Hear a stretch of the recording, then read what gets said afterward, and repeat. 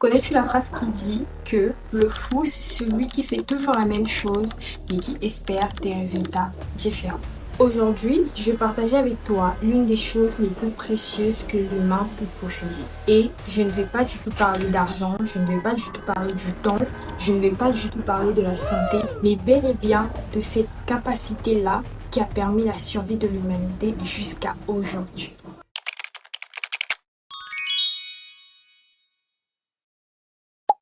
Depuis la nuit des temps, l'humain a toujours fait face à des dilemmes qu'il a rencontrés au cours de sa vie. Et on peut le voir dès la Genèse avec l'histoire d'Adam et Ève qui ont dû faire face à un choix, qui ont dû choisir entre manger ou ne pas manger le fruit défendu, le fruit de l'arbre de la connaissance du bien et du mal.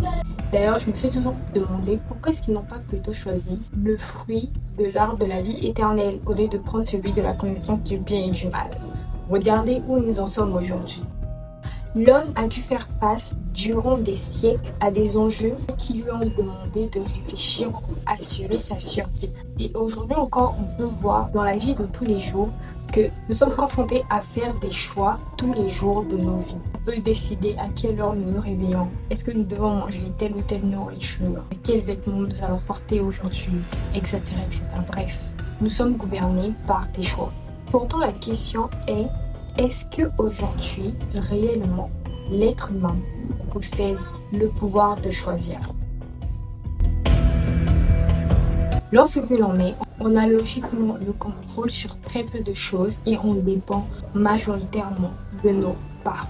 Lorsqu'on atteint l'enfance, à ce moment-là, les choses sont un peu plus différentes parce qu'on a beaucoup plus d'indépendance. Et c'est souvent à ce moment-là que les parents commencent à nous donner beaucoup plus de responsabilités. Par exemple, on peut s'occuper de nos petits frères ou de nos petites sœurs. On commence à nous demander de faire des tâches ménagères à la maison, aider papa, aider maman. On commence à avoir un peu plus de responsabilités. Et lorsqu'on atteint l'adolescence, à ce moment-là, avec le flux d'hormones que notre corps subit, nous sommes beaucoup plus tentés et intéressés par le fait de devenir libres, de devenir beaucoup plus indépendants, de faire les choses de nous-mêmes. Nous devenons beaucoup plus rebelles. Puis, on devient adulte. Et là, on est complètement indépendant. Parce que maintenant, on peut quitter la maison familiale, on peut s'acheter notre nouvel appartement, on peut avoir un job, on peut avoir un petit ami ou une petite amie librement. Bref, on peut dire qu'on est beaucoup plus heureux maintenant, vu qu'on a trouvé ce que l'on cherchait depuis si longtemps. Malheureusement, on est bien loin de la réalité. Est-ce que réellement, ce que nous pensons de la vie d'adulte, c'est vraiment ce qui se passe dans la vraie? Non, je ne crois pas. On a l'impression que plus on grandit, plus on a de responsabilités, plus on a de choix et plus la vie devient difficile. Normalement, on rêve tous d'être heureux, on rêve tous de finir nos jours et de vivre nos jours. Malheureusement, ce bonheur-là est devenu si rare qu'elle représente littéralement l'aiguille dans la botte de foin. On se retrouve avec des adultes qui ont des jobs, mais qui n'aiment pas leur job, qui détestent leur job. On se retrouve avec des jeunes qui étudient, mais qui détestent les études qu'ils sont en train de faire. On se retrouve avec des gens remplis de rêves, pleins de rêves et d'objectifs, mais qui n'arrivent pas du tout à atteindre ces objectifs, à se lancer. Pourquoi? Parce qu'ils ont peur. Ils procrastinent, ils ont des traumatismes. Et toutes ces choses-là font en sorte qu'ils n'arrivent pas du tout à avancer, à passer à autre chose, à évoluer. Depuis des générations, nous répétons toujours la même manière de penser. Nous faisons toujours les mêmes choses. On pense que nous sommes différents. On essaye d'être différents. Mais à chaque fois, on retombe toujours dans le piège. À chaque fois, nous nous comportons toujours de la même façon. Chaque année, on espère et on dit que nous allons atteindre tel ou tel objectif. Mais on se retrouve à la fin de l'année à reporter ces mêmes objectifs-là pour l'année prochaine. Pourquoi? Parce que nous avons procrastiné pendant une année entière. Sais-tu que la vie que tu as aujourd'hui est le fruit de tes choix passés? Que ce soit de bons choix ou de mauvais choix. Ce que tu es aujourd'hui est le fruit des décisions que tu avais prises à l'époque. Et je suis sûre que tu vas me dire, mais non, ce n'est absolument pas de ma faute, je n'ai pas eu le choix.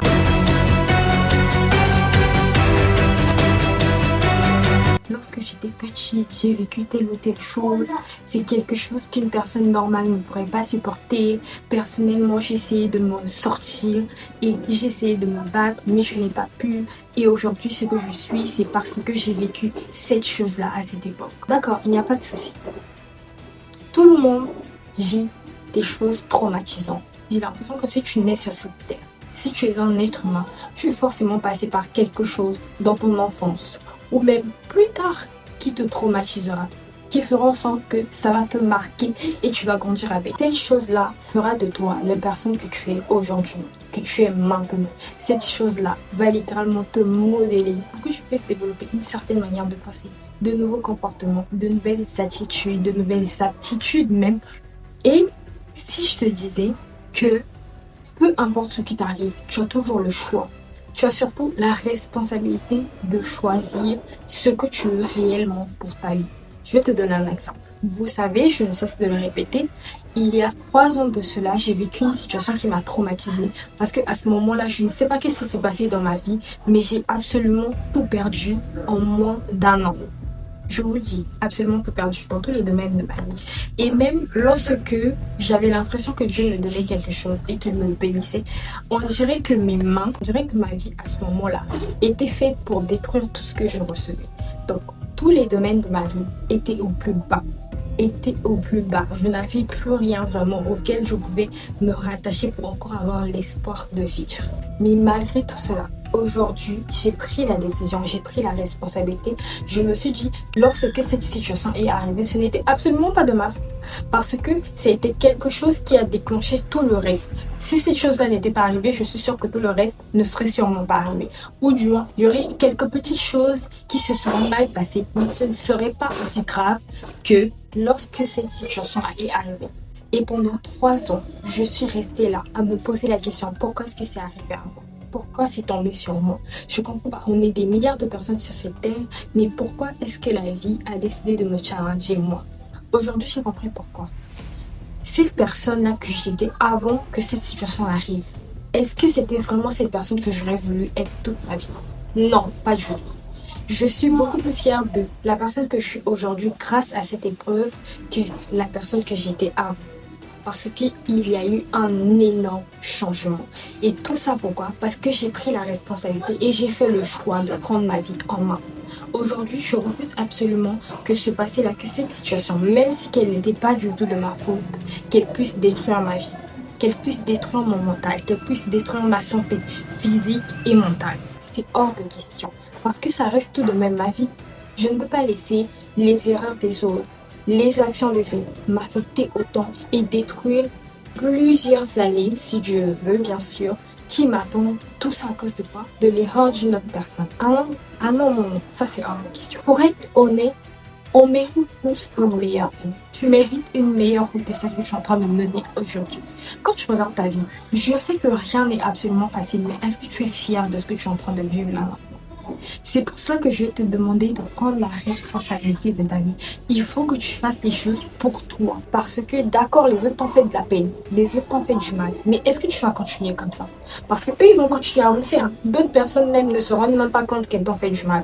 D'autres même, elles se rendent compte qu'elles t'ont fait du mal, mais elles vont jamais s'excuser. Elles n'ont pas du tout de remords. Et donc toi, tu vas continuer à vivre comme ça à cause de personnes qui n'arrivent même pas à reconnaître leurs fautes. Non, moi je sais que tu n'es pas ce genre de personne. Si tu regardes cette vidéo, moi je sais que tu n'es pas ce genre de personne. Si tu es abonné à cette chaîne, moi je sais que tu n'es pas ce genre de personne. Tu es concentré et focus. Tu te concentres sur ta vie d'abord, sur ton bonheur, au lieu de t'occuper de choses que tu ne peux pas du tout contrôler.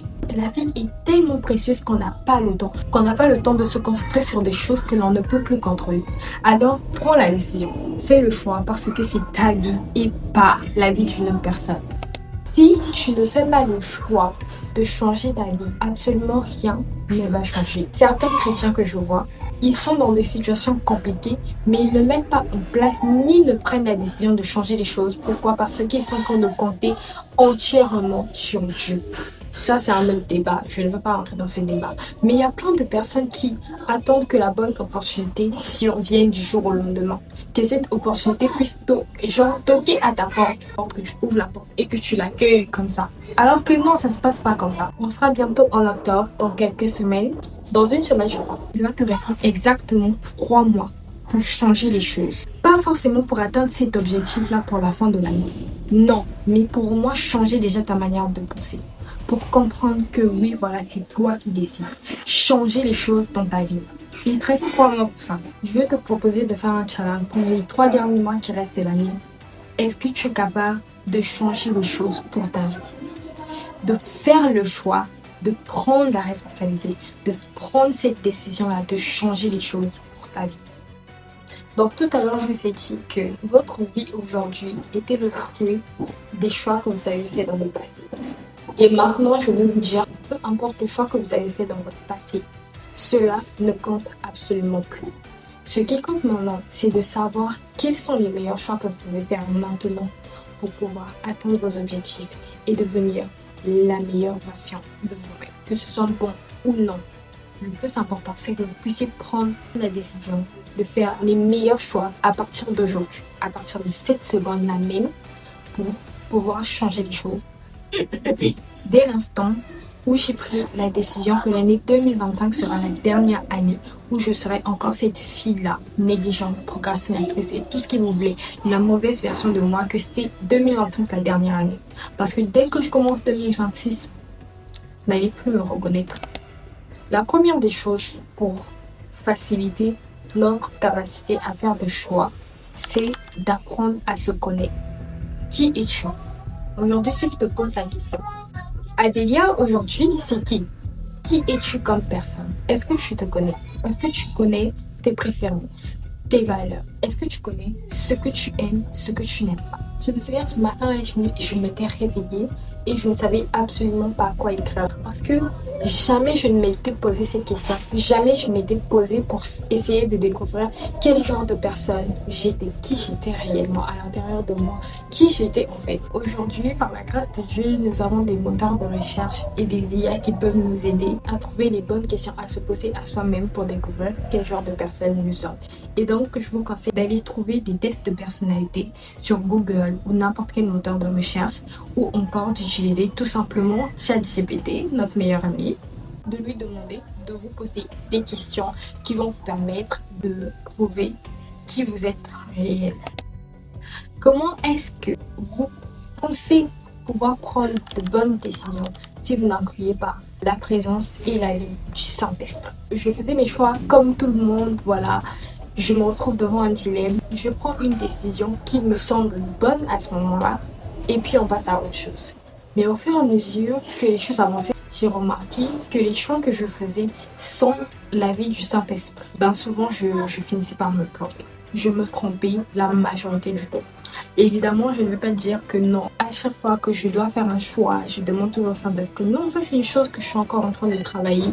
Mais pour les peu de fois où je l'ai fait et que ça a marché à 100%, je vous invite vous aussi à le faire parce que c'est le secret ultime. C'est le secret ultime. Juste incluez Dieu dans vos prises de décision et vous allez voir que les choses vont changer parce que il va tellement vous protéger et vous emmener tout droit vers la bonne destination, celle qui concorde avec sa volonté. Et quoi de mieux que d'aller dans le sens de la volonté du Seigneur? Vous-même, vous allez vous dire, mais comment est-ce que j'avais fait pour ne pas voir ça? Comment est-ce que j'avais fait? C'est tellement logique, c'est tellement évident. Lorsque vous faites ce choix-là qui doit changer votre vie, je peux vous dire que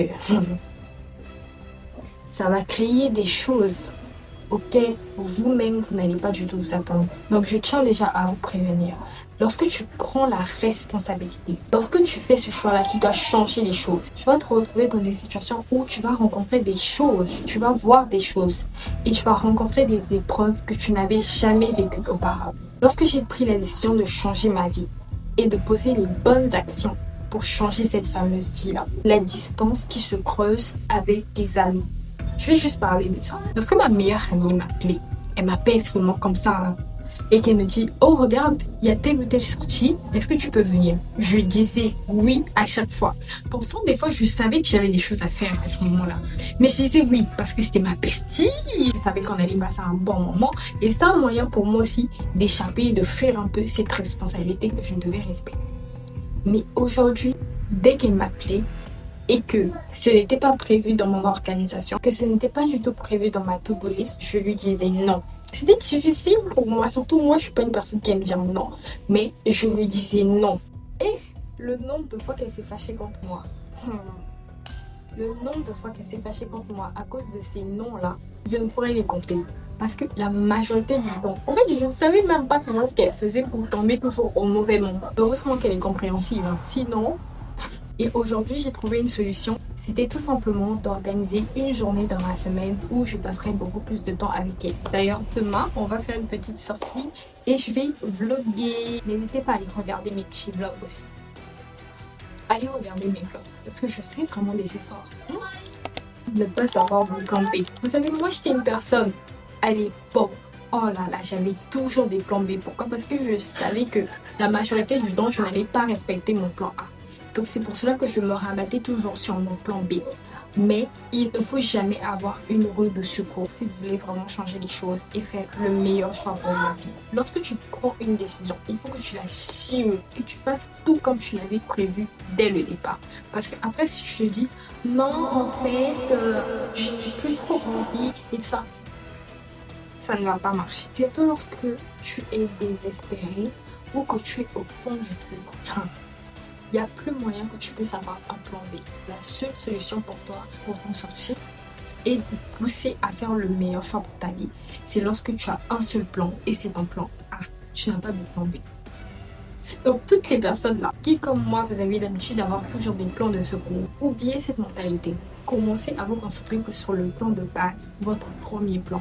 Et c'est tout. Vous allez voir à quel point vos prises de décision vont changer. Donc en conclusion, pour tout vous dire, je sais que ce n'est absolument pas facile de faire le bon choix dans sa vie. Et je sais que ce ne sera pas toujours évident de faire le bon choix dans sa vie. Mais avec les conseils que je vous ai donnés, si vous essayez de les appliquer, surtout si vous incluez la présence de Dieu dans vos prises de décision, vous allez voir à quel point ça va changer les choses. Donc voilà les amis, voilà pour cette vidéo. J'espère que ces petits conseils et mes petites anecdotes vont vous aider à pouvoir enfin valoriser l'importance du choix dans vos vies. Et surtout, j'espère que ma petite vidéo va vous aider à prendre cette fameuse décision que vous hésitez à faire depuis plusieurs mois déjà. Et aussi à la prochaine vidéo sur la même chaîne avec la même tête et que Dieu vous bénisse. Bye bye!